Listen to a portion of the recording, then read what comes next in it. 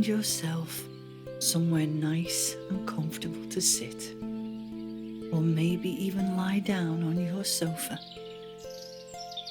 Make sure you take off your shoes so that you can squiggle your toes about and feel them relaxing. Now take a deep breath in through your nose and slowly and gently breathe out through your mouth. So are you ready? Deep breath in and slowly and gently breathe out through your mouth. Again, deep breath in and slowly and gently breathe out through your mouth. One more time, deep breath in and slowly and gently breathe out through your mouth.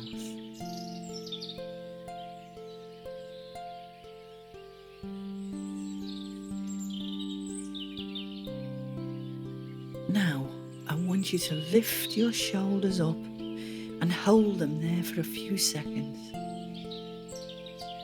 Now let them drop back down again. One more time, lift your shoulders up and now let them drop back down again. That's great. Now I want you to imagine a beautiful white light surrounding your whole body. Can you see it? Can you see how it sparkles and shines all over your body, all around you? Now imagine this light shining really brightly, and it kind of twinkles all around your body. And you feel really, really good and very safe and very protected and very, very loved. Now that you are feeling all cozy and relaxed, I want to tell you a story. So let's begin. Once upon a time, there was a princess who was very beautiful. She had long golden hair and big bright blue eyes, and she was the kindest princess in the whole wide world. She loved all the animals and the birds. She loved all the flowers and the trees. She even loved all the bugs and the insects. She was so kind that everybody loved her and would sit beside her just to be with her.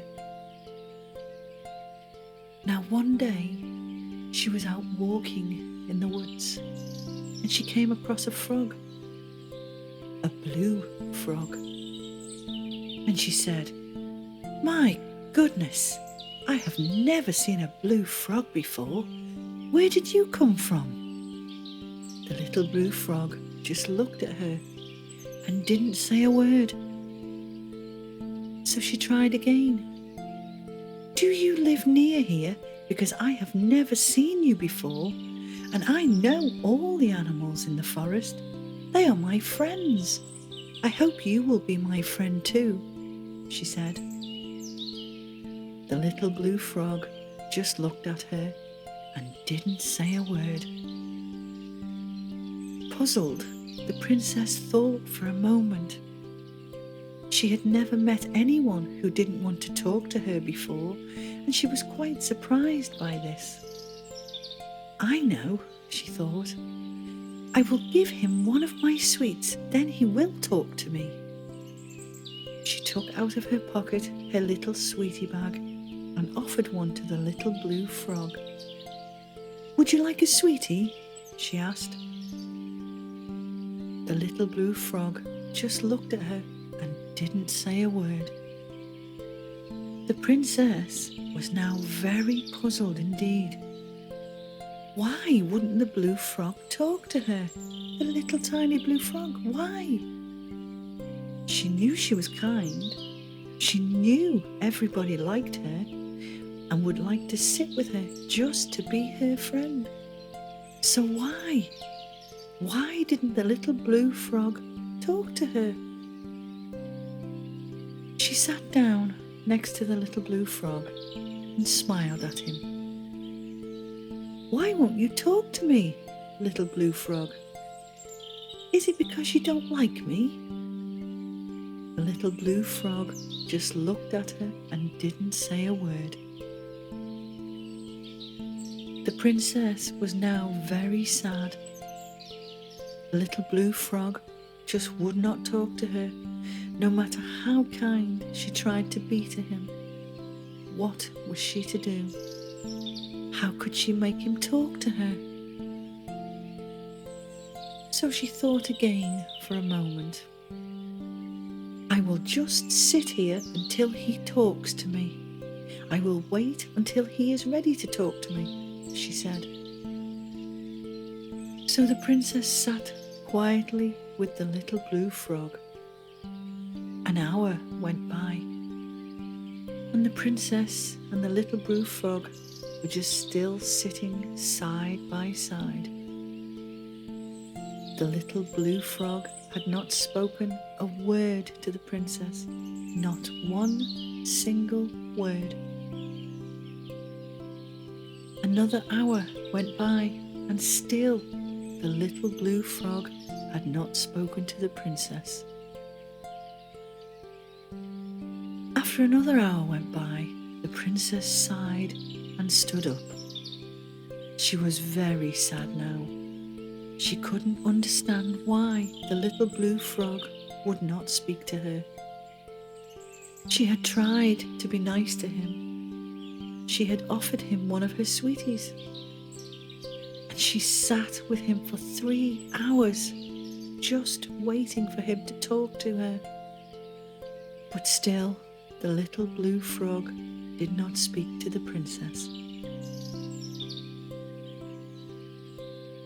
The princess looked at the little blue frog one last time, and she said, "Goodbye, little blue frog. I will come again soon to the forest. Maybe I will see you again. Maybe you will talk to me next time." Still, the little blue frog did not speak to the princess. The princess started to walk away, but as she did, she noticed that there was a tear rolling down the little blue frog's face. The princess stopped. "What is the matter, little blue frog?" she asked. "Why are you crying?" The little blue frog turned and looked at her. It was then that she saw the little blue frog's face clearly for the first time. He looked so very sad. The princess sat down beside him again and waited. The little blue frog started to speak to her, but he was very afraid. He stuttered and he stumbled, trying to get out his words so that he could speak to the princess. The princess just waited and gave him time.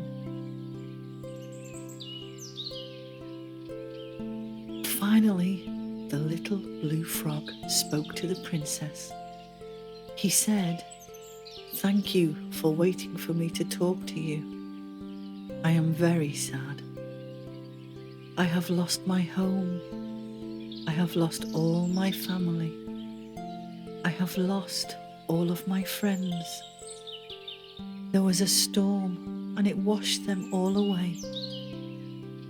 I have nowhere to go now and I don't know what to do. Can you help me?"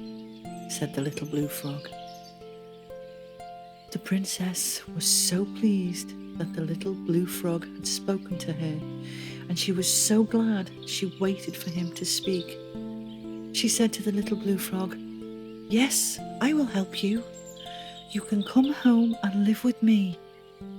I will look after you and you won't be sad anymore." The little blue frog smiled at the princess for the first time and said, "Thank you, princess. I think you will be a good friend to me." The princess and the little blue frog got up and walked off together through the forest. The little blue frog now had a friend, and he wasn't afraid anymore. And he knew that with the help of the princess, he would not be sad anymore.